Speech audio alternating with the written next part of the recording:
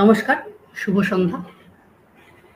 হল্লা করে ছুটির পরে ওই যে যারা যাচ্ছে পথে, হালকা হাসি হাসছে কেবল, ভাসছে যেন আলগা স্রোতে।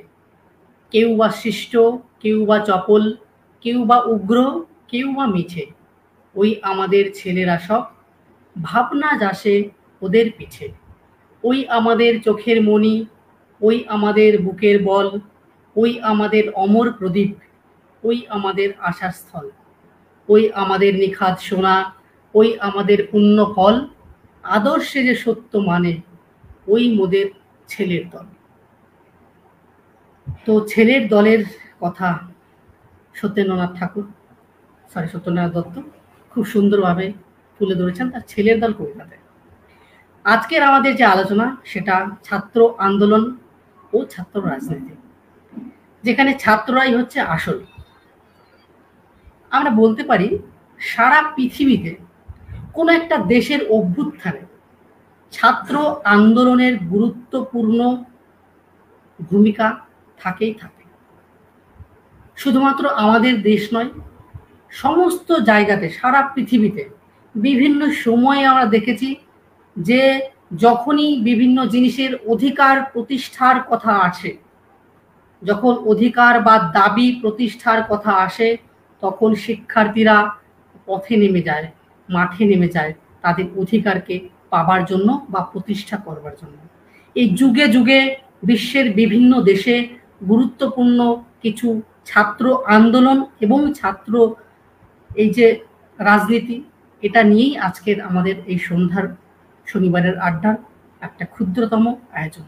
আসুন আপনারা সকলে মিলে আমাদের এই আয়োজনকে সমৃদ্ধ করে তুলুন। তো প্রথমে আমাদের যেটা জানা দরকার, এই ছাত্র আন্দোলন এবং ছাত্র রাজনীতি আলোচনা প্রসঙ্গে যাবার পূর্বে, সেটা হচ্ছে এই ইতিহাসে প্রথম ছাত্র আন্দোলন হয় চীন দেশে। আমরা জানি চীনে চা তৈরি হয়েছে প্রথম, চীনে প্রথম কাগজের আবিষ্কার হয়েছে, চীনে প্রথম চিনি তৈরি হয়েছে, চাউমিন, আরো অন্যান্য অনেক জিনিস তৈরি হয়েছে। কিন্তু প্রথম ছাত্র আন্দোলনটার ইতিহাসও কিন্তু চীন থেকেই শুরু হয়। তার মানে মঙ্গোলিয়ান যে রক্ত, সেখানে আমরা একটা বিদ্রোহের ছোঁয়া কিন্তু পাই। ইউরোপিয়ানরাই শুধুমাত্র যে বিদ্রোহী হতে পারে বা তারাই শুধু আন্দোলন করতে পারে এমনটি নয়, এটা এশিয়া থেকেই শুরু হয়েছে বা পূর্ব থেকেই শুরু হয়েছে আমাদের। যাই হোক, বিষয়টা হচ্ছে যে আমরা দেখেছি যে কালে কালে সময়ে সময়ে বিভিন্ন জায়গাতে, মানে পৃথিবীর ইতিহাসে বিভিন্ন দেশ হতে পারে, বিভিন্ন মহাদেশ হতে পারে, সেখানে এইভাবে প্রতিবাদের বাণী নিয়ে, প্রতিবাদের দাবি নিয়ে, তাদের অধিকার প্রতিষ্ঠার দাবি নিয়ে ছাত্ররা আন্দোলনে নেমেছে, তারা মাঠে নেমেছে এবং বিভিন্ন জায়গায় আমরা দেখেছি তারা কিন্তু নিজের অধিকার বা দাবিকে প্রতিষ্ঠাও করেছে। তো চায়নাতে যেটা হয়েছিল, সেখানকার ইম্পেরিয়াল বিশ্ববিদ্যালয়ে কিছু শিক্ষার্থী, তখন যে সরকার ছিল সেই সরকারের কয়েকটা নীতি বা প্রিন্সিপালসের এগেনস্টে তারা প্রতিবাদ করেছিল রাস্তায় নেমে। তখন যে আন্দোলনে নেতৃত্ব দিচ্ছিল তারা বেশিরভাগই ছিলেন হচ্ছে চীনের তখন মেধাবী ছাত্র নেতা। তো তারা এমনকি তারা খুব দরিদ্র পরিবার থেকে তারা এসেছিলেন। কিন্তু বিষয়টা হচ্ছে এই যে তারা আন্দোলন শুরু করলেন, এই আন্দোলন সারা চীন দেশের মধ্যে এক ব্যাপকতা প্রভাব বিস্তার করল বা ব্যাপকভাবে সাড়া জাগালো। প্রায় ৩০,০০০-এর বেশি ছাত্রছাত্রীকে তারা এক জায়গায় করতে পেরেছিল এবং তারপরে তাদের এই যে একাত্মতা, এই একাত্মতা তৎকালীন সরকার তখন বুঝতে পারে ছাত্রদের আসল শক্তিটা কোথায়, বুঝতে পারে ছাত্র আন্দোলন এবং ছাত্রদের শক্তিটা কতটা প্রখর হতে পারে, কতটা কঠিন হতে পারে। এবং সব সময় চাইলেই নিজের পাশবিকতা দিয়ে, নিজের শক্তি দিয়ে, নিজেদের ক্ষমতা দিয়ে সমস্ত কিছু কঠোরভাবে দমন করা যায় না। অনেক শিক্ষার্থীদের তখনকার যে সরকার মানে ছিল, তারা তাদেরকে নানারকমভাবে কারাগারে নিক্ষেপ করে নানারকম নির্যাতন করেছে, নানারকমভাবে অন্যায় অমানসিক বর্বরতা তাদের উপর করেছে, কিন্তু বিপ্লবকে তারা আটকে রাখতে পারেনি।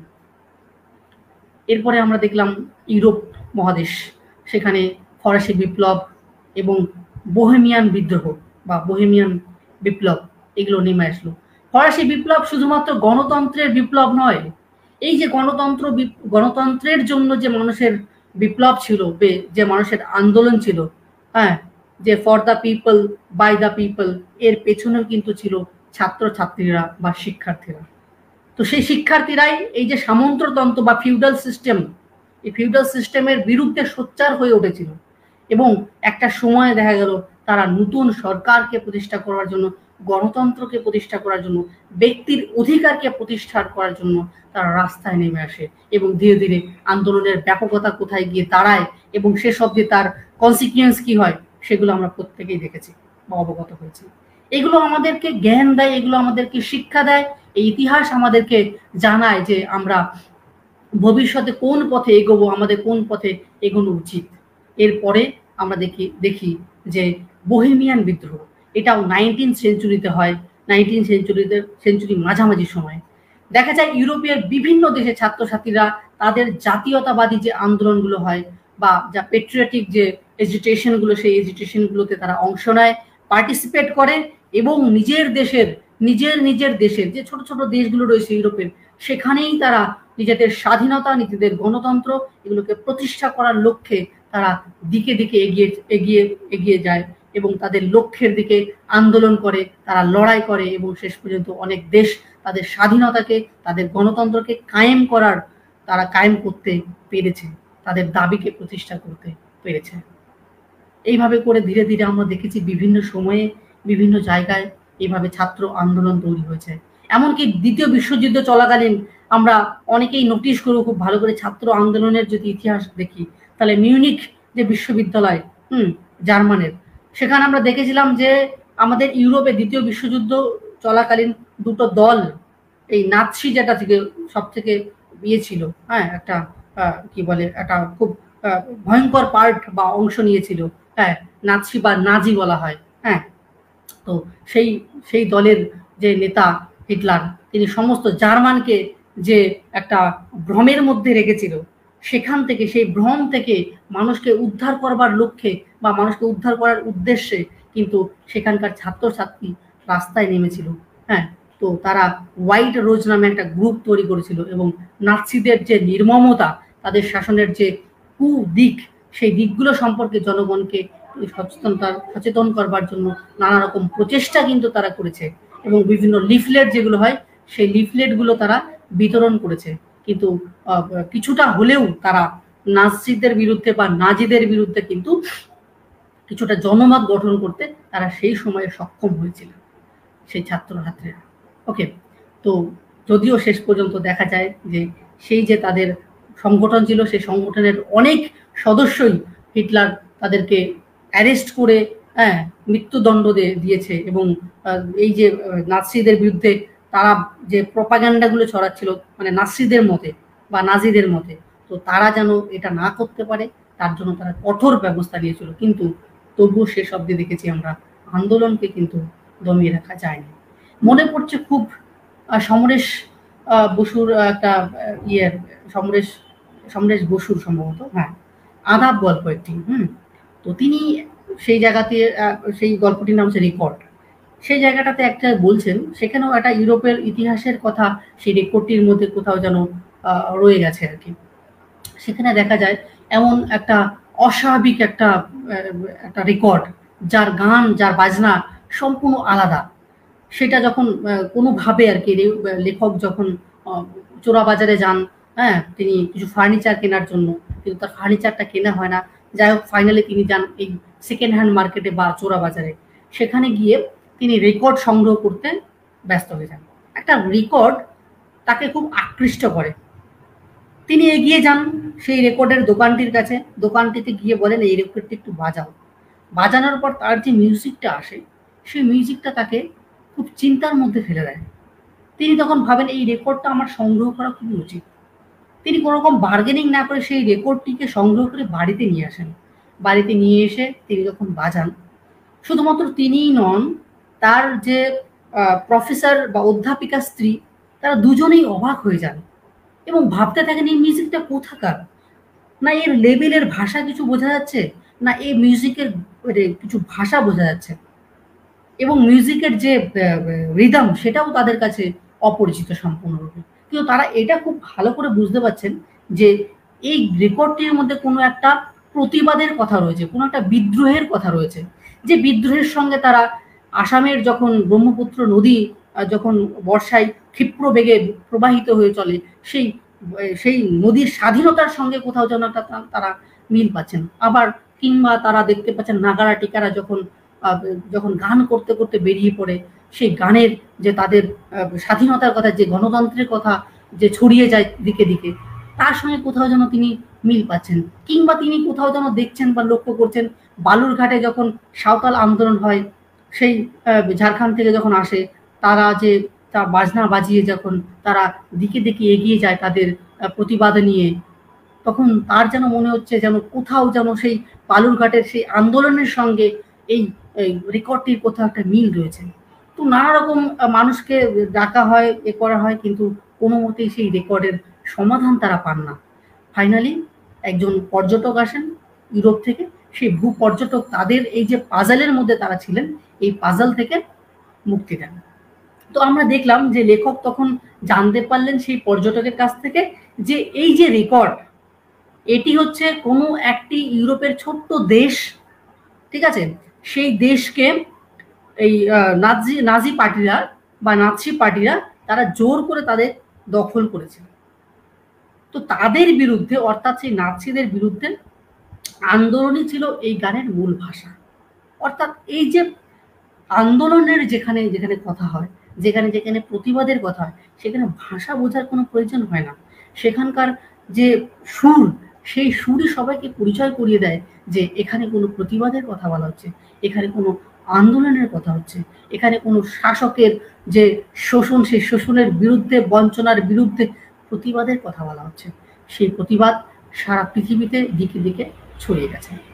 তো ইউরোপের যে আমরা এই যে ইতিহাসগুলো দেখলাম কম বেশি, তারপরে আমরা দেখব যে আমাদের ভারতবর্ষের তখনকার সময়ে আর কি ব্রিটিশদের বিরুদ্ধে আন্দোলন। আমরা দেখেছি যে আমাদের 20 শতকে বা বিংশ শতকে ব্রিটিশদের বিরুদ্ধে যে ছাত্র আন্দোলনগুলো সব থেকে বেশি গুরুত্বপূর্ণ ছিল, তাদের মধ্যে প্রথম ছিল হচ্ছে 1905 সালে বঙ্গভঙ্গ আন্দোলন। তারপরে ছিল 1920 খ্রিস্টাব্দে অহিংস আন্দোলন। এরপরই আমরা দেখতে পাই 1930 সালে আইন অমান্য আন্দোলন, এবং এরপরে আরো একটি যে আন্দোলন সবথেকে গুরুত্বপূর্ণ ভূমিকা পালন করে, সেটা হচ্ছে 1942 খ্রিস্টাব্দে ভারত ছাড়ো আন্দোলন।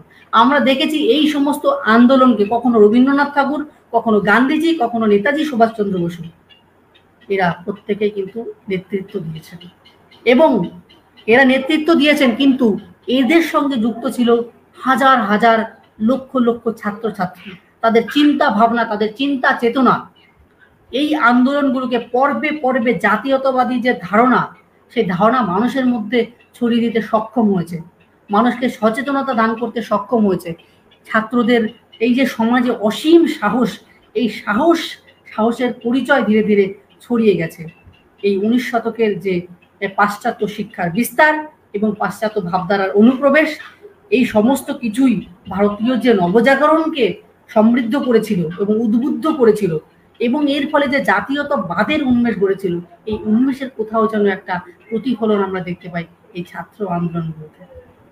ঠিক আছে, তো এর আগে একটু আগে যদি আমরা লক্ষ্য করি, তখন আমরা দেখব যে হেনরি লুই ভিভিয়ান ডিরোজিও বলে একজন ব্রিটিশ আর কি, তিনি আমাদের ভারতবর্ষের যে এই ইয়ং বেঙ্গল বা নব্য বঙ্গ যে আমাদের দল, সেইটা তৈরি করতে এক অসাধারণ ভূমিকা পালন করেছেন। এবং এই যে দলটি তিনি নির্মাণ করেছিলেন, এটার মূল কাজ ছিল হচ্ছে আমাদের সমাজের মধ্যে যে কুসংস্কার এবং কুপ্রথা, তাদের বিরুদ্ধে জনমতকে ঐক্যবদ্ধ করে তোলা। এবং এর পূর্বে তিনি একাডেমিক অ্যাসোসিয়েশন বলে একটা বিতর্ক সভাকে প্রতিষ্ঠা করেছিলেন।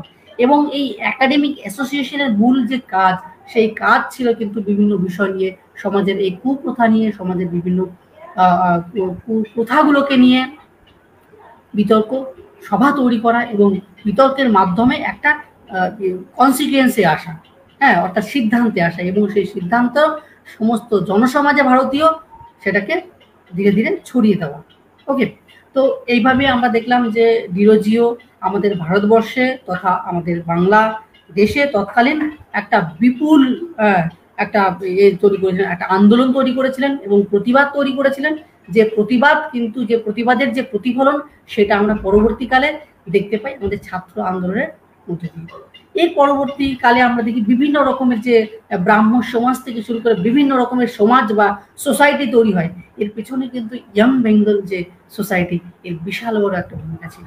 এখান থেকে কোথাও না কোথাও ডাইরেক্টলি বা ইনডাইরেক্টলি আমাদের এই বিভিন্ন আমাদের যে নেতৃবৃন্দ এরা কিন্তু এখান থেকে কোথাও না কোথাও ভাবধারায় পুষ্ট হয়ে তারা এই ধরনের দলকে তৈরি করতে সক্ষম হয়েছেন এবং সক্ষম হয়ে জনমানসের মধ্যে তাদের যে ভাবনাগুলো সেই ভাবনাগুলোকে ছড়িয়ে দিতে হচ্ছে, মানে ইয়ে হয়েছেন, সফল কাম হয়েছেন বা সিদ্ধ হয়েছেন।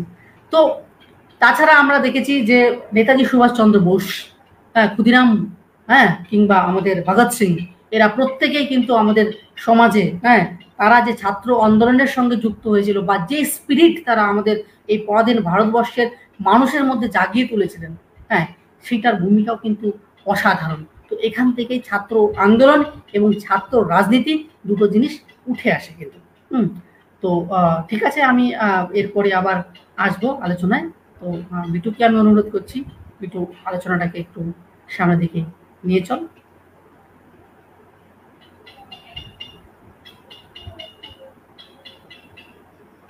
নমস্কার কার্তিক। বহু প্রাচীন থেকে শুরু করে, খুব প্রাচীন না হলেও ইউরোপের যে ইতিহাস সেখান থেকে আমাদেরকে জানালো যে কিভাবে ছাত্র আন্দোলন উঠে এসেছে। আজ পর্যন্ত কত রকমের ছাত্র আন্দোলন হয়েছে ভারতবর্ষে, এতগুলো যে জাতীয় স্তরের আন্দোলন হয়েছে প্রত্যেকটাতে কিন্তু ছাত্রছাত্রীরা ছিল প্রধান চালক শক্তি। এক কথায় আমি প্রধানত বলবো যে এই ছাত্র আন্দোলনের সূচনা কেন হচ্ছে, আন্দোলনের সাথে কেন ছাত্রের নাম যুক্ত হলো। ছাত্র যদি চালিকা শক্তি হয় রাষ্ট্রের, তাহলে এখানে আন্দোলন শব্দটা কেন আসছে? তাদের নামের সাথে তো শিক্ষণীয় বা উন্নয়নশীল কোনো একটা শব্দ প্রয়োগ করা যেতে পারতো, কিন্তু আন্দোলন কেন? এই আন্দোলনটা কি? আমাদের সামনে যদি চলে আসে যে একটি আন্দোলন ঘটছে কোথাও, এরকম যদি একটি কথা বলা হয় যে অমুক একটি জায়গার মানুষেরা আন্দোলন করেছে, সঙ্গে সঙ্গে আমাদের মনে হবে এই মানুষদের খেয়ে পড়ে কোনো কাজ নেই, আন্দোলন করতে চলে এসেছে। আমরা একটু খানিকটা গা বাঁচিয়ে থাকার চেষ্টা করব, কিন্তু যখন কথা উঠছে ছাত্র আন্দোলন, প্রসঙ্গটাকে একটু আমাদেরকে গভীরভাবে বুঝতে হবে যে ছাত্ররা হঠাৎ করে আন্দোলন কেন করবে। আমরা যে কোনো প্রসঙ্গ আলোচনা করতে গিয়ে বা এই ধরনের আন্দোলনকে আলোচনা করতে গিয়ে অবশ্যই গণতন্ত্র বিষয়টাকে নিয়ে আমরা 2 মিনিট কথা বলতে পারি। গণতন্ত্র জিনিসটাকে ভাঙলে আসে জনগণ আর তন্ত্র, জনগণ এবং তন্ত্রটাকে ভাঙলে আসছে নিয়মাবলী। তাহলে কি জনগণকে আটকে রাখার যে নিয়ম সেটাকে গণতন্ত্র বলা হচ্ছে, নাকি জনগণের অধিকার জনগণ যেন নিজে পেতে পারে তাই নিজেকে কেন্দ্র করে একটা স্বায়ত্ত শাসন তৈরি হচ্ছে? গণতন্ত্র মানে কি কেবলমাত্র 5 বছর পর পর গিয়ে ভোট দান করা, নাকি রাষ্ট্রের সমস্ত বিষয় নিয়ে চর্চা করা, সমস্ত কিছুতে দায়িত্ব এবং অধিকার আছে জনগণের? জনগণ কেবলমাত্র তার শাসককে নির্বাচন করে এটাই নয়, গণতন্ত্রের প্রধান বিষয় হলো যে যদি কখনো শাসক স্বৈরাচারী হয়ে ওঠে, যদি কখনো রাষ্ট্র ভুল সংবিধানকে গ্রহণ করে ফেলে, যদি কখনো রাষ্ট্র একটা স্বৈরাচারী এবং ভ্রষ্টাচারের দিকে এগিয়ে যায়, তাহলে জনগণেরই কর্তব্য হলো সেই সরকারকে সরিয়ে দেওয়া। এবং সেই সরকারকে সরিয়ে দেওয়ার জন্য যে ঐক্যবদ্ধতার দরকার, সেই ঐক্যবদ্ধতার দিকে সব থেকে বেশি এগিয়ে আছে যারা, যুগে যুগে দেখেছি আমরা, দেশে দেশে দেখেছি আমরা, ছাত্রছাত্রীরা অগ্রণী ভূমিকা গ্রহণ করে। তারা যখন এগিয়ে আসে তখন শাসক দল কিন্তু ভয় পায়। এই ভয় থেকে শুরু হয় বাধা দেওয়া। বাধা দিতে গিয়ে কোথাও কোথাও যেন সীমানা লঙ্ঘন করে ফেলে রাষ্ট্র তথা সরকার। সে তার সমস্ত প্রশাসনিক শক্তি দিয়ে জনগণকে তথা ছাত্রদেরকে আটকে রাখার চেষ্টা করে, তাদের কণ্ঠস্বর বন্ধ করে দেওয়ার চেষ্টা করে। তাহলে সংবিধান বলতে আমরা কি বুঝবো? যা জনগণের, যা রাষ্ট্রের সকল মানুষের অধিকার নিয়ে কথা বলবে, তাদের মধ্যে সাম্য এনে দিবে, তাদের মধ্যে শান্তির প্রয়াস গড়ে তুলবে। কিন্তু সেই সংবিধান, সেই প্রশাসন, সেই রাষ্ট্রীয় আইন কানুন যদি জনগণের বিরুদ্ধাচরণ করে, কোনোভাবে রাজনৈতিকভাবে ভ্রষ্টাচারে যুক্ত হয়ে যায়, সামাজিক ন্যায় এবং অন্যায়কে বুঝতে না পেরে বরং সামাজিক জাতপাতকে প্রাধান্য দিয়ে ফেলে, তাহলে এই বিষয়ে সবচেয়ে বেশি এগিয়ে কাদের আসতে হবে? আমরা আখতারুজ্জামান ইলিয়াসের লেখা চিলেকোঠার সিপাই উপন্যাসে কিন্তু সেই দৃশ্যটা দেখেছিলাম, যে ঢাকা শহরের সেই ৭১ তথা ৬৯-এর যে আন্দোলন, ভয়ঙ্কর এক মুক্তিযুদ্ধ আন্দোলন, সেখানে সর্বস্তরের মানুষ যুক্ত হয়েছে। তারা নিরস্ত্র, তারা সশস্ত্র বাহিনীর সামনে বুক পেতে দিয়েছে। কি দেখলাম সেখানে? যে মানুষ শিক্ষার থেকে বঞ্চিত হয়েছে সে মানুষ এসে দাঁড়িয়েছে পথে, যে মানুষ সামাজিক সম্মান থেকে জাতপাতের কারণে পিছিয়ে পড়েছে সে এসে দাঁড়িয়েছে পথে, একজন রিকশাওয়ালা সে এসে দাঁড়িয়েছে পথে। কারণ আন্দোলনের অর্থই হলো, যখন মানুষের সামনে কোনো পথ নেই তখন পথই হচ্ছে শেষতম তার অবলম্বন, আন্দোলনই তার শেষতম পরিভাষা, তার একমাত্র অস্ত্র। সাম্য নিয়ে যদি কথা হয় তাহলে সাম্য জিনিসটা কি সেটা একটু বুঝতে হবে। আমরা তো বলি আমাদের সমাজে সমানতা দরকার, নারী পুরুষের সমানতা দরকার, উচ্চ নিচ ভেদাভেদ, নামকরণে, জাতিতে, সম্প্রদায়, সমস্ত ক্ষেত্রে আমরা সাম্য চাই। কিন্তু সাম্য আসবে কিভাবে তা কি আমরা কেউ কখনো ভাবি? আমরা বলি আমরা সবাই সমানতা চাই, মানে একজন ব্যক্তি 4টি ইটের উপরে দাঁড়িয়ে আছে, একজন ব্যক্তি আছে 2টো ইটের উপরে দাঁড়িয়ে। আমাদেরকে সাম্য খুঁজতে গেলে কি করতে হবে? বেছে বেছে সেই মানুষগুলোকে বের করতে হবে যারা মাত্র 2টো ইটের উপরে দাঁড়িয়ে আছে, যারা মাথা তুলতে পারছে না, তাদের পায়ের নিচে আরো 2টো ইট দিয়ে দিতে হবে। এটাকে বলছে খুঁজে খুঁজে সেই মানুষগুলোকে আলোতে আনা, যারা অন্ধকারে কোনো কারণবশত, সেটা রাষ্ট্র হোক, সমাজ হোক, ধর্ম হোক, যে কোনো কারণবশত পিছিয়ে পড়েছে, তাদেরকে একটু এগিয়ে নিয়ে আসতে হবে। এইটাকে বলছে সাম্য। কিন্তু সাম্যের নাম করে যদি সংরক্ষণ শব্দটা চলে আসে তাহলে হচ্ছে একটা সমস্যা। সংরক্ষণ কি সেটা একটু আমরা বুঝি। যেসব পশু পাখি হারিয়ে যাচ্ছে, তারা মৃতপ্রায়, তারা তাদের বৈচিত্র্য কমে গেছে, তাদেরকে একটা কাঠামোর মধ্যে এনে, খাঁচার মধ্যে এনে রাখো, তাকে জল খাবার দাও, দিন দিন ওকে একটু রোদ আলো বাতাস দাও, ওই জন্য বেঁচে থাকে। তাহলে আমাদের মধ্যে কি এমন কোন জাতি আছে যারা এরকম হারিয়ে যাচ্ছে? হ্যাঁ, এই ধরনের প্রসঙ্গ কিন্তু ওই স্বাধীনতা, আমাদের ভারতের স্বাধীনতার পরে বাংলাদেশের মধ্যে ঘটেছিল। ভাষা নিয়ে একটা সমস্যা তৈরি হয়েছিল, সেই ইতিহাস তো আমরা প্রায়জন জানি।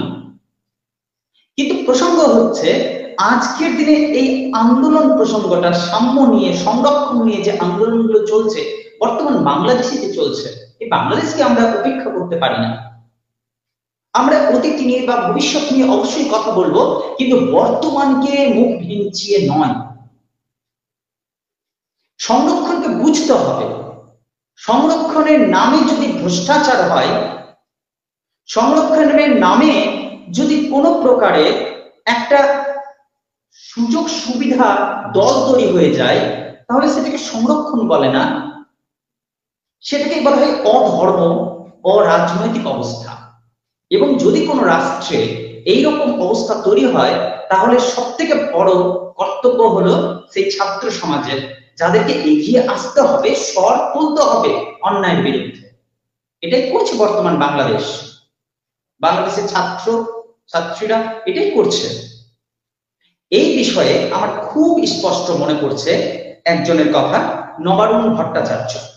আমরা প্রায়জন বাঙালিরা কিন্তু তার নামের সাথে পরিচিত নই, এমন হতেই পারে না। তার একটি চমৎকার কবিতার বেশ কয়েকটি লাইন আমি শোনাচ্ছি। আজকের দিনে এই আন্দোলন, এই বিপ্লব, এই বিদ্রোহ, এই সব কথাগুলো আসতে গেলে এই কবিতাটিকে আমাদেরকে অবশ্যই একবার স্মরণ করে নিতে হবে। কোন কবিতা? এই মৃত্যু উপত্যকা আমার দেশ নয়। যে পিতা সন্তানের লাশ শনাক্ত করতে ভয় পায়, আমি তাকে ঘৃণা করি। যে ভাই এখনো নির্লজ্জ স্বাভাবিক হয়ে আছে, আমি তাকে ঘৃণা করি। যে শিক্ষক, বুদ্ধিজীবী, কবি ও কেরানি প্রকাশ্য পথে এই হত্যার প্রতিশোধ চায় না, আমি তাকে ঘৃণা করি। 8 জন মৃতদেহ চেতনার পথ জুড়ে শুয়ে আছে, আমি অপ্রকৃতিস্থ হয়ে যাচ্ছি। 8 জোড়া খোলা চোখ আমাকে ঘুমের মধ্যে দেখে, আমি চিৎকার করে উঠি। আমাকে তারা ডাকছে অবেলায়, উদ্যানে, সকল সময়। আমি উন্মাদ হয়ে যাব, আত্মহত্যা করব, যা ইচ্ছা চাই তাই করব। কবিতা এখনই লেখার সময়। ইস্তেহারে, দেয়ালে, স্টেনসিলে নিজের রক্ত, অশ্রু, হাড় দিয়ে কোলাজ পদ্ধতিতে এখনই কবিতা লেখা যায়। তীব্রতম যন্ত্রণায় ছিন্ন ভিন্ন মুখে সন্ত্রাসের মুখোমুখি ভ্যানের হেডলাইটের ঝলসানো আলোয় স্থির দৃষ্টি রেখে এখনই কবিতা ছুড়ে দেওয়া যায়। 38 ও আরো যা যা আছে হত্যাকারীর কাছে সব অস্বীকার করে এখনই কবিতা পড়া যায়।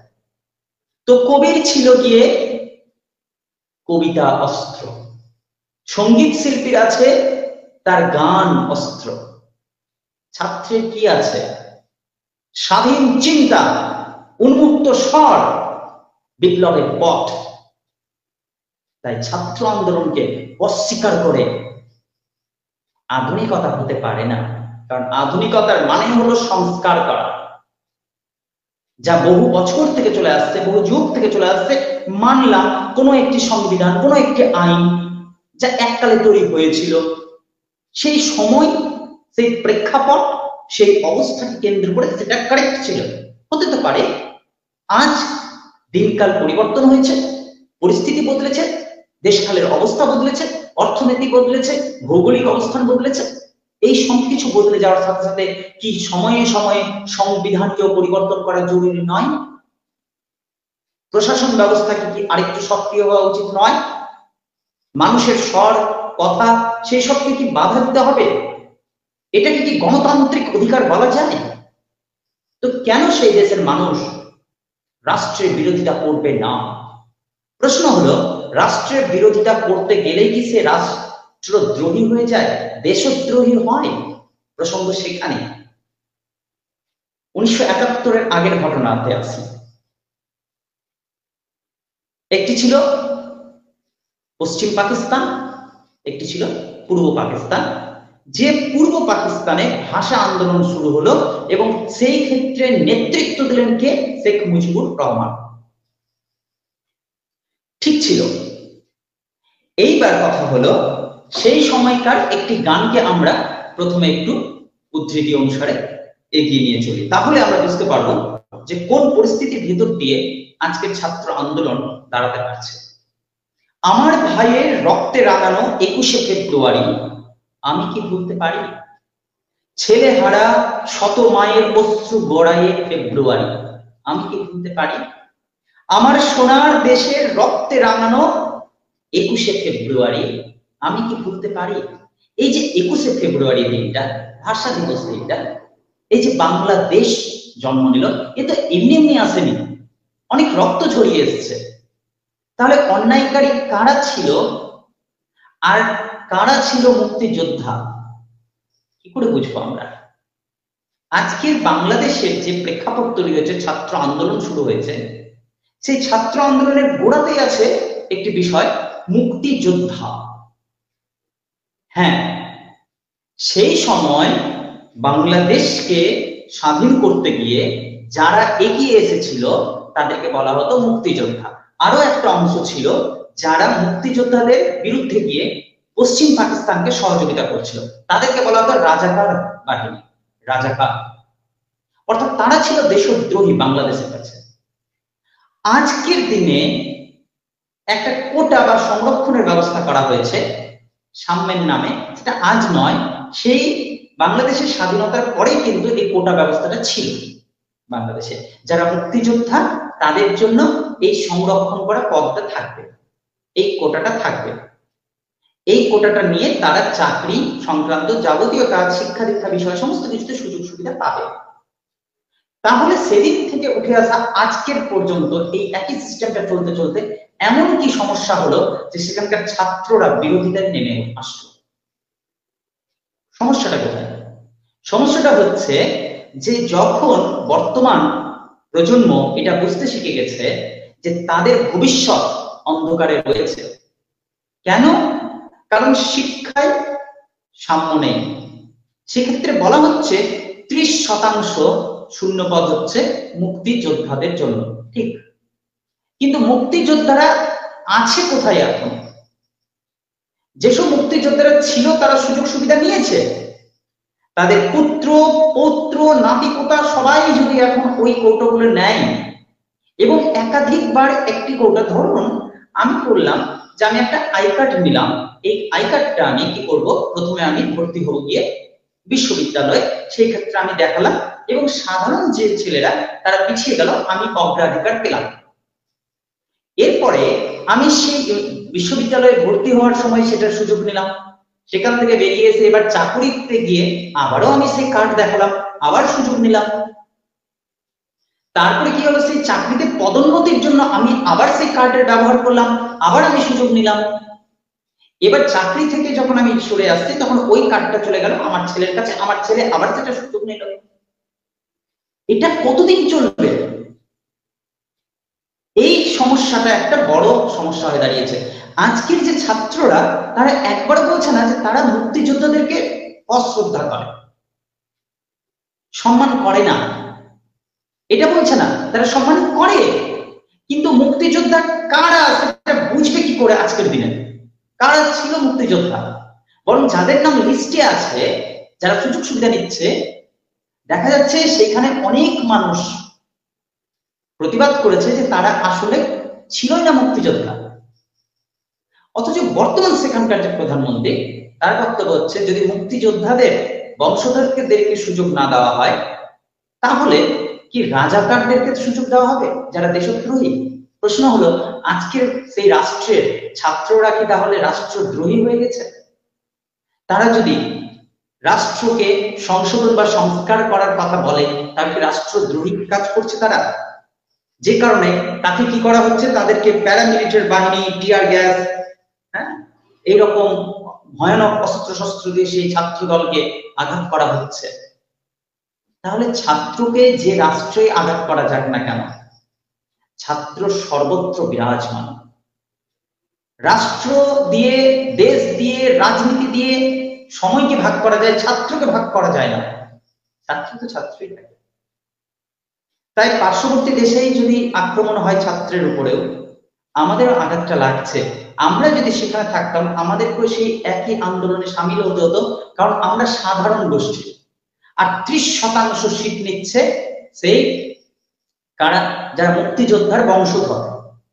বাকি আরো প্রতিবন্ধী থেকে শুরু করে, পিছিয়ে পড়া জাতি থেকে শুরু করে বিভিন্ন ধরনের নিয়ে প্রায় 56% পদগুলো আছে গিয়ে সংরক্ষিত, আর মাত্র 44% পদগুলো আছে গিয়ে মেধাবীদের জন্য, যারা পরিশ্রম করে অর্জন করছে। ফলে একটি দেশে সবসময় যদি শিক্ষার গুণগত মান হ্রাস পেয়ে যায় এবং যদি কর্মসংস্থানের মধ্যে একটা অসাম্য তৈরি হয় যে তারা কাজ পাচ্ছে না, সেটা ভারতবর্ষেরও একটা ভয়ঙ্কর একটা সমস্যা হয়ে দাঁড়িয়েছে, এটা কেউ অস্বীকার করবে না। প্রত্যেকটা দেশে যদি এইরকম সমস্যা যখন যখন তৈরি হবে তখন তখন ছাত্র আন্দোলন নিশ্চয়ই হবে, অবশ্যই হবে। ছাত্র আন্দোলনকে অস্বীকার করে কখনোই এগোতে পারবে না একটা জাতি, কারণ তারাই তো নিয়ে আসছে সংস্কার। সত্যি তো একটি কথা বলেছিলেন কবি, আমরা শক্তি আমরা বল, আমরা ছাত্র দল। মদের পায়ের তলায় মুর্শে তুফান, ঊর্ধ্বে বিমান ঝড় বাদল, আমরা ছাত্র দল। তাহলে ছাত্রের প্রাসঙ্গিকতাই নেই, যদি ছাত্রের কথা না শোনা হয়, তাদের যুক্তিকে বোঝা না হয়, যদি তাদের গলা টিপে ধরা হয়, তাহলে ছাত্রের প্রয়োজনীয়তা কি? তাহলে আমরা কেন বলি যে আজকের ছাত্র ভবিষ্যতের এই রাষ্ট্রের সঞ্চালক হবে? কেন বলি তাহলে আমরা? কেন? তবে রবীন্দ্রনাথ ঠাকুর বলেছিলেন জাতপাত উঠিয়ে দাও, মানুষের ভেদাভেদ উঠিয়ে দাও। ঠিক আছে, সমস্ত কিছু উঠিয়ে দাও, তাহলে সেই কোটা টাকা কেন থাকবে? নিজের পরিশ্রম দিয়ে অর্জন করে নি। সাম্য তো এটাকে বলে না। ভেদাভেদ যদি বলা হয়, আমাদের ভারতবর্ষে যেমনটা আছে, জেনারেল এই কোটাগুলো পাবে, এসটি পাবে, এসসি পাবে, আবার পাশাপাশি বলা হচ্ছে যে না, এই দেশ সাম্যের দেশ, এদেশে ভেদ বিচার করা হয় না। কিন্তু কোথাও যেন আমাদের সংবিধান, আইন কানুন, সরকার কৌশল করে বলেই দিচ্ছে তুমি জেনারেল, তুমি এসটি, তুমি এসসি, তুমি পিছিয়ে পড়া। আরে কৌশল করে তাকে পিছিয়ে পড়া বলে দেওয়া হলো। যতক্ষণ তুমি একটি অংশকে, একটি জাতিকে সম্মানের নামে সুযোগ সুবিধা দিতে থাকবা, আসলে তুমি তাকে দুর্বল করতেই থাকছো। সমস্ত সুযোগ সুবিধা সরিয়ে নিয়ে সবাইকে আলোতে এসে দাঁড় করতে বলো, বলো নিজের দক্ষতা দিয়ে, মেধা দিয়ে, জ্ঞান দিয়ে তৈরি করো নিজের দেশকে, এগিয়ে আসো সবাই। যার শক্তি সামর্থ্য থাকবে, যার ইচ্ছা শক্তি প্রবল থাকবে, সে নিশ্চয়ই এগিয়ে আসবে। কারণ এখানে ইচ্ছা শক্তি প্রচন্ড বিষয়, একটা গুরুত্বপূর্ণ বিষয়। যদি গান্ধীজির ইচ্ছা শক্তি না থাকতো, প্রবল ইচ্ছা শক্তি না থাকতো, তাহলে নিরস্ত্র হাতেও সেই ব্রিটিশ বাহিনীর সামনে কি দাঁড়াবার সাহস থাকতো তার? আমরা অনেক রকম যুক্তি তর্কে না গিয়ে শুধু এইটুকুটা ভাবি, তার মধ্যে যে অহিংস চিন্তাটা ছিল, তা এসেছে তার একাগ্র মনোবল চিন্তা থেকে, একাগ্র শক্তি থেকে, চেতনাবদ্ধ একটা অবস্থা থেকে। তারপরে নিরস্ত্র হয়ে সেই গুলির সামনে দিকে দাঁড়ানো যায়। আজকের ছাত্ররাও বাংলাদেশে এরকম একটি সমস্যায় হচ্ছে, এবং হতে পারে এই ছাত্ররা আমাদের ভেতর দিয়ে এবং সর্বস্তরের মানুষের মধ্যে দিয়ে ছড়িয়ে যাবে। আগুন কখনোই একা জ্বলে না, পার্শ্ববর্তী অঞ্চলকে পুড়িয়ে দেয়। ফলে যদি কখনো সরকার, রাষ্ট্র ভুল পথে যায়, তাহলে তার সংস্কারের, তার পরিবর্তনের, তার কাঠামোর পরিবর্তনে অত্যন্ত আবশ্যক হয়ে ওঠে। কিন্তু যদি সরকার সেটা না বুঝতে পারে, তো ছাত্রদের বা বুদ্ধিজীবীদের কর্তব্য সেই বিষয়টিকে আঙুল দিয়ে দেখিয়ে দেওয়া। না হলে রবীন্দ্রনাথ ঠাকুরের সেই গানটি তথা কবিতাটি কিন্তু ব্যর্থ হয়ে যাবে। সেই গান বা কবিতাটি বলেই কিন্তু আমি আমার ক্ষুদ্র আলোচনা শেষ করব। হে মোর দুর্ভাগা দেশ, যাদের করেছ অপমান, অপমানে হতে হবে তাহাদের সবার সমান। মানুষের অধিকারে বঞ্চিত করেছ যারে, সম্মুখে দাঁড়ায় রেখে তবু কোলে দাও নাই স্থান। অপমানে হতে হবে তাহাদের সবার সমান। মানুষের পরশেরে প্রতিদিন ঠেকাইয়া দূরে, ঘৃণা করিয়াছ তুমি মানুষের প্রাণের ঠাকুরে। বিধাতার রুদ্র রোষে দুর্ভিক্ষের দাঁড়ে বসে ভাগ করে খেতে হবে সকলের সাথে অন্নপান। অপমানে হতে হবে তাহাদের সবার সমান। তো যতদিন সমাজ থাকবে, ততদিন সংগ্রাম থাকবে, ততদিন সংস্কারের জন্য ছাত্রদেরকে এগিয়ে আসতে হবে। তাকে যদি বিপ্লব নাম দেওয়া যায়, তাহলে ছাত্র বিপ্লব হোক। যদি সেইটাকে বিদ্রোহ বলা হয়, তাহলে সেটা ছাত্র বিদ্রোহ, অথবা যদি সেটাকে আন্দোলন বলা হয়, তাহলে সেটা ছাত্র আন্দোলনের রূপেই এগিয়ে আসবে, আসবে কিন্তু নিশ্চয়। কার্তিক। আচ্ছা, ছাত্র আন্দোলনের কথা, এর সঙ্গে ছাত্র যে রাজনীতি, এটাকে কখনোই বিচ্ছিন্ন করা যায় না। আন্দোলনের সঙ্গে বা বিপ্লবের সঙ্গেই লুকিয়ে রয়েছে রাজনীতি, সরাসরি হোক কিংবা ইনডাইরেক্টলি হোক। কবি হেলাল হাফিজের একটা কবিতা এই মুহূর্তে আমার মনে পড়ছে। সেখানে তিনি বলেছেন, এখন যৌবন যার মিছিলে যাবার তার শ্রেষ্ঠ সময়। এখন যৌবন যার যুদ্ধে যাবার তার শ্রেষ্ঠ সময়। মিছিলের সব হাত, কণ্ঠ, পা এক নয়। সেখানে সংসারী থাকে, সংসার বিরাগী থাকে। কেউ আসে রাজপথে সাজাতে সংসার, কেউ আসে জ্বালিয়ে বা জ্বালাতে সংসার, শাশ্বত শান্তির যারা তারাও যুদ্ধে আসে। অবশ্য আসতে হয় মাঝে মধ্যে অস্তিত্বের প্রগাঢ় আহ্বানে। কেউ আবার যুদ্ধবাজ হয়ে যায় মোহরের প্রিয় প্রলোভনে। কোনো কোনো প্রেম আছে প্রেমিককে খুনি হতে হয়, যদি কেউ ভালোবেসে খুনি হতে চান তাই হয়ে যান। উৎকৃষ্ট সময় কিন্তু আজ বয়ে যায়, এখন যৌবন যার মিছিলে যাবার তার শ্রেষ্ঠ সময়, এখন যৌবন যার যুদ্ধে যাবার তার শ্রেষ্ঠ সময়। অসাধারণ একটি কবিতা বলেছেন যেখানে যুদ্ধে যাওয়ার কথা বলেছেন। যার যৌবন এখন যুদ্ধে যাওয়ার, যার যৌবন এখন আন্দোলন করার, তারই এখন শ্রেষ্ঠ সময়।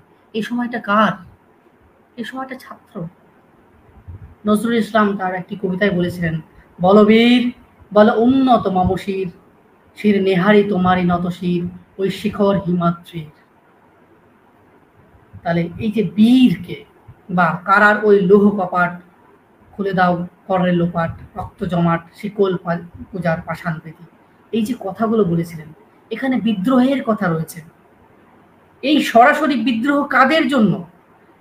এটা শাসকের শোষণের বিরুদ্ধে বিদ্রোহের কথা বলেছেন, জনগণকে ঐক্যবদ্ধ করার কথা বলেছেন, এক সুরে এক আহ্বানে সকলকে সঙ্গবদ্ধ হওয়ার কথা বলেছেন। যুগে যুগে কালে কালে যখনই শাসক এইভাবে শোষণ করবে কিংবা অনৈতিক কাজ করবে কিংবা অপকর্ম করবে বা অসাম্য তৈরি করবে, তখনই এই সাম্য প্রতিষ্ঠার জন্য, তখনই ন্যায় প্রতিষ্ঠার জন্য, তখনই গণতন্ত্রকে প্রতিষ্ঠার জন্য এইভাবে ছাত্র আন্দোলন নেমে আসবে আমাদের মাঝে। কিন্তু এই যে একটা দিক আমরা দেখলাম, অর্থাৎ এটাকে বলা হয় ছাত্র আন্দোলনের বা ছাত্র রাজনীতির ইতিবাচক দিক। তো প্রত্যেকটি জিনিসের যেমন মুদ্রার যেমন এপিঠ ওপিঠ থাকে, তেমনি এই ছাত্র রাজনীতি বা ছাত্র আন্দোলনেরও কিন্তু নেতিবাচক দিক রয়েছে। অনেকেই বলে থাকেন যে ছাত্ররা কেন রাজনীতিতে অংশগ্রহণ করবে। এটা আমাদের যে শিক্ষা ব্যবস্থার পরিবেশ, যে সুষ্ঠু পরিবেশ, সেই পরিবেশকে দূষিত করে, কলুষিত করে। কিন্তু তাদের উদ্দেশ্যে এটাই বক্তব্য আমার প্রথম আমাদের কথা, সেটা হচ্ছে মানুষের কণ্ঠরোধ করাটাই রাজনীতি নয়, মানুষের কণ্ঠরোধ করাটাই কোনো শাসকের প্রধান বা মহৎ গুণ হতে পারে না। বরং যারা ছাত্র তাদের যে এই যে তাদের বাক স্বাধীনতা, সেই বাক স্বাধীনতাকে আরো উন্মুক্ত করে দেওয়া উচিত। তারা আরো মুক্ত চিন্তায় চিন্তিত হোক, তারা আরো নতুন ভাবনা নিয়ে সমাজকে সংস্কার করুক, নতুন দিশা দিক দেশকে। কারণ তারা ছাত্র, তারা শিক্ষার্থী, তারাই আমাদের দেশকে ভবিষ্যতের পথে এগিয়ে নিয়ে যেতে পারে। এই কথা ভুললে চলবে না। আজকের দিনে আমাদের দেশকে, সারা পৃথিবীকে যারা নেতৃত্ব দিচ্ছেন, তারা কোনো না কোনোভাবে ছাত্র আন্দোলনের সঙ্গে, ছাত্র রাজনীতির সঙ্গে যুক্ত ছিলেন। এ কথা ভুললে চলবে না।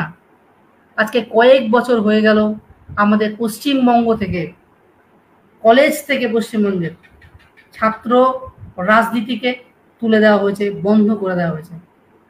কজন এই বিষয়ে কথা বলেন?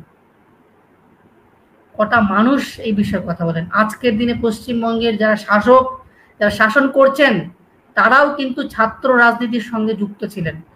আমরা আজকের দিনে যদি আমাদের নেতৃত্বর যে রাস্তা বা যে পথ, সেই পথকে যদি সুগম না করে দিই, উন্মুক্ত করে না দিই, তাহলে ভবিষ্যতে আমরা নেতৃত্বের ক্রাইসিসে ভুগব।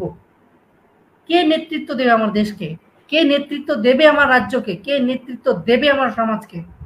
আমরা যদি নেতৃত্ব তৈরি না করতে পারি, আমরা যদি নেতৃত্ব গঠন না করতে পারি, এই দায় কার? এ দায় আমাদের সমাজের প্রত্যেকটা মানুষের এই ভয়েস রেজ করা দরকার যে কেন ছাত্র আন্দোলন, ছাত্র রাজনীতিকে বন্ধ করে রাখা হয়েছে।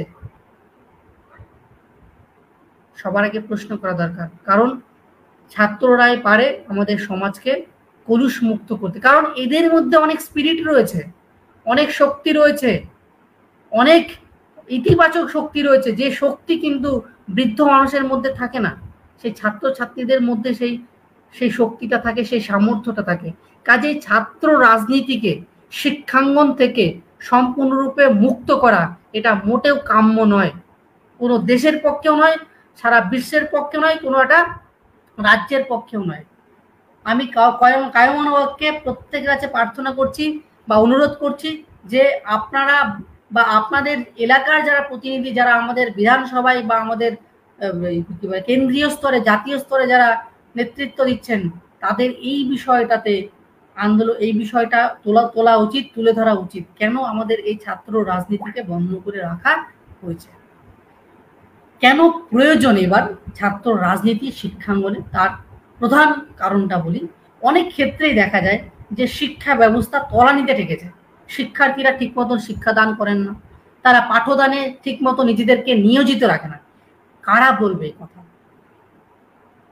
কারা বলবে এই কথা? আমি যদি ধরে নিই যে কি বলে স্কুল শিক্ষা ব্যবস্থা যেটা, সেখানে আমরা ছাত্রছাত্রীরা সরাসরি রাজনীতিতে অংশগ্রহণ করেন, সেখানে অভিভাবক যারা, সেই অভিভাবকদের নিয়ে একটা কমিটি তৈরি হয় বা ভোট গঠন হয়, ভোটে যারা ইয়ে করেন, জয়ী লাভ করেন বা জয়লাভ করেন, তারা সেই স্কুলের একটা পরিচালন কমিটির সদস্য, এবং তারা ঠিকঠাক মতো পরিচালনা হচ্ছে কিনা সেই দিকটা তারা দেখেন। কিন্তু এই কলেজ বিশ্ববিদ্যালয়, সেখানটাতে তো অভিভাবকেরা আসবেন না, কারণ আমাদের দেশের নিয়ম অনুযায়ী একজন পূর্ণ নাগরিকতা মানুষ তখনই পায় যখন তিনি ভোটাধিকার পান, অর্থাৎ 18 বছরের ঊর্ধ্বে। তো যখন 18 বছর ঊর্ধ্বে একটা কলেজ পড়ুয়া শিক্ষার্থী, সেটা পুরুষ বা মানে ছেলে বা মেয়ে যে কেউ হতে পারে, তারা যদি এই বিষয়গুলোতে যদি তারা হস্তক্ষেপ না করে, তাহলে আমাদের যে উচ্চশিক্ষা, সেই উচ্চশিক্ষা কিন্তু তলানিতে ঠেকবে, এবং আমাদের প্রত্যেক ছাত্রছাত্রীর যে সমস্ত সুযোগ সুবিধাগুলো পাওয়া উচিত বা দরকার, সেই সুবিধাগুলো কিন্তু আমরা মোটেও পাবো না, আমরা বঞ্চিত থাকবো। শুধু শিক্ষার কথাই নয়, একটা প্রতিষ্ঠানের যে পরিকাঠামোগত যে উন্নয়ন, সেখানকার স্যানিটেশন ব্যবস্থা ঠিক আছে কিনা, সেখানকার ছাত্রছাত্রীরা ঠিকমতো পানীয় জল পায় কিনা, সেখানে ছাত্রছাত্রীদের কি কি সমস্যা হচ্ছে, কি কি অসুবিধা হচ্ছে, সেই অসুবিধার কথা কারা তুলে ধরবে? এই ছাত্ররা তুলে ধরবে। তো ছাত্র রাজনীতি যদি না থাকে, তাহলে কি করে সেই শিক্ষা প্রতিষ্ঠানের যে নেগেটিভ দিকগুলো রয়েছে বা যে সমস্ত দিকগুলো তাদের পরিমার্জন করা দরকার, পরিবর্ধন করা দরকার, সেই কথাগুলো, সেই জিনিসগুলোকে কারা তুলে ধরবে? এটা বিশাল বড় একটা ক্রাইসিসের সময় এসছে। ওই জন্য আজকের দিনে আমরা দেখতে পাচ্ছি জেনারেল কলেজে ভর্তির হার কত তলানিতে ঠেকেছে। মানুষ এখন মানে কলেজ বিমুখ হয়ে যাচ্ছে। আমাদের যে যে জেনারেল লাইনের পড়াশোনা, সেখানে মানুষ আর করতে চাইছে না। আমি কয়েকদিন আগের একটা পরিসংখ্যান দেখলাম যে পশ্চিমবঙ্গের সব থেকে হাইয়েস্ট জেনারেল কলেজে অ্যাডমিশন নিয়েছে ইসলামপুর কলেজে। তাও কত? প্রায় 3000-এর কাছাকাছি। আর সব থেকে কম, শুনলে অবাক হয়ে যাবেন, সব থেকে কম হয়েছে 50 জনেরও নিচে। ভাবা যায় একটা কলেজে একটা সেশনে 50 জনের কম শিক্ষার্থী ভর্তি হয়েছে। তাহলে হ্যাঁ, এই যে শিক্ষা ব্যবস্থা, এই শিক্ষা ব্যবস্থার যে তলানিতে ঠেকছে, এই কথাগুলো, এই প্রতিবাদগুলো কারা তুলে ধরবে? রাজ্য স্তরে, জাতীয় স্তরে কারা তুলে ধরবে এই কথাগুলো? ছাত্রছাত্রীরা যদি রাজনীতিতে অংশগ্রহণ না করতে পারে, তাহলে কোনো মতেই এই আমাদের যে প্রতিষ্ঠানের যে এই অবস্থা কিন্তু কোনো মতেই শুধরাবে না।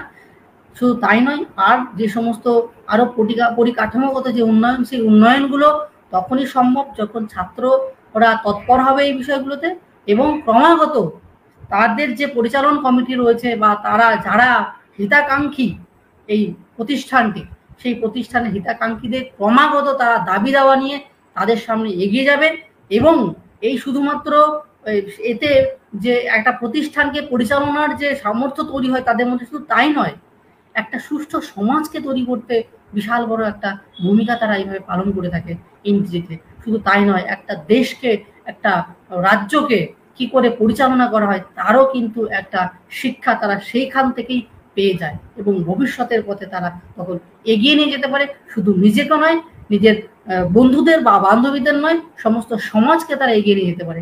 কাজেই ছাত্র আন্দোলন এবং ছাত্র রাজনীতি দুটোই আমার মনে হয় প্রত্যেকটা দেশে, প্রত্যেকটা রাজ্যে, প্রত্যেকটা জায়গাতে, জেলাতে, হ্যাঁ, প্রত্যেকটা কলেজে খুবই প্রয়োজন।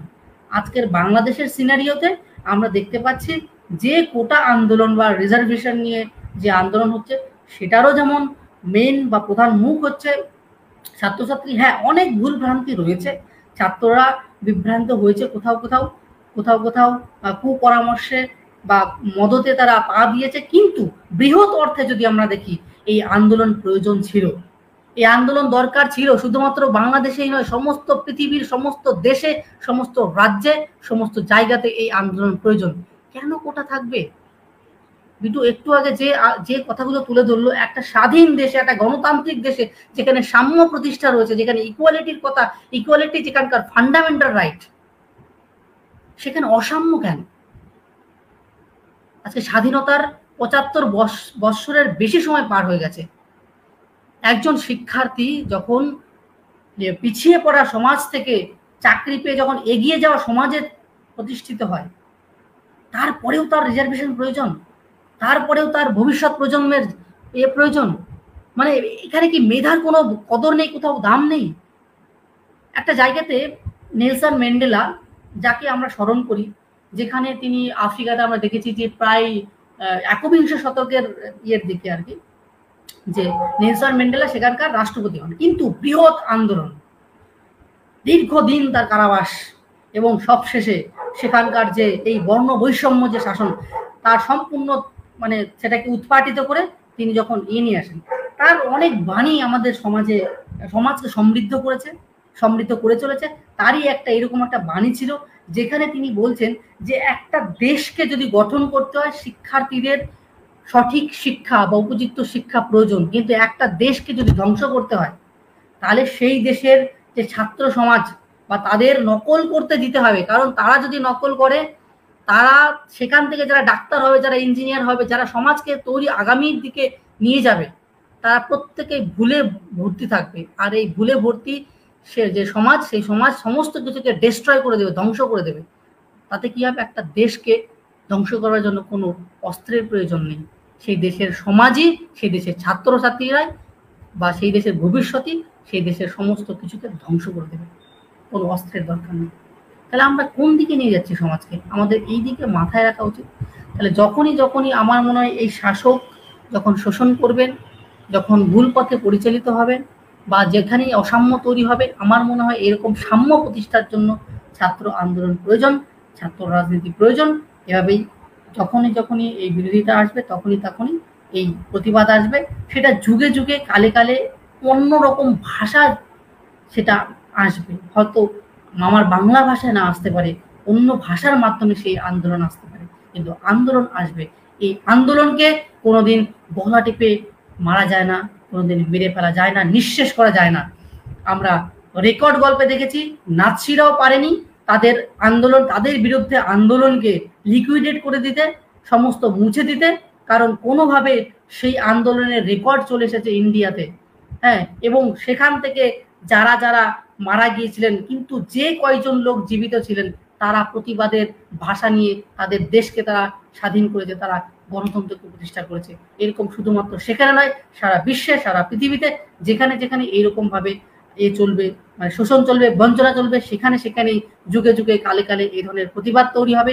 আর এই প্রতিবাদ হবে ছাত্রদের মাধ্যমে, ছাত্র সমাজের মাধ্যমে। কাজেই আসুন সকলে মিলে আদর্শ সমাজ আমরা গঠনে এই ছাত্রছাত্রীদেরকে আরো ভবিষ্যতের দিকে এগিয়ে নিয়ে যাই, তাদের মাধ্যমে আমরা সুষ্ঠু সমাজকে গড়ে তুলি। এই বলে আজকে আমাদের যে ক্ষুদ্র আয়োজন ছিল ছাত্র আন্দোলন এবং ছাত্র রাজনীতি, আমাদের এই আয়োজন সমাপ্ত করছি। আপনারা যদি আপনাদের কিছু মূল্যবান মন্তব্য বা কথা আমাদের সামনে তুলে ধরতে চান, তাহলে আপনারা কমেন্ট বক্সে তুলে ধরতে পারেন। আর এরপরে যদি আরো কোনো বিষয় নিয়ে আলোচনার প্রয়োজন বা প্রয়োজনীয়তা মনে করেন, তাহলেও আপনারা অনুরোধ জানাতে পারেন। কারণ এর আগেও আমরা অনুরোধে আমাদের আলোচনার বিষয়বস্তুকে তুলে নিয়ে এসেছি। তো এবার আমাদের যে এই মানে আজকের আয়োজন ছিল, এই আয়োজনের সম্পূর্ণ ক্রেডিট হচ্ছে বিটু এই কথাটিকে তুলে ধরেছে, এবং সবশেষে আমরা মোটামুটি একটা কিছু অবয়ব দেওয়ার চেষ্টা করেছি এবং মনে হয় অনেকটাই অনেকের কাজে দেবে। তো এই বলে আজকে আমার এই বক্তব্য শেষ করছি। ধন্যবাদ, ভালো থাকবেন সবাই, শুভরাত্রি।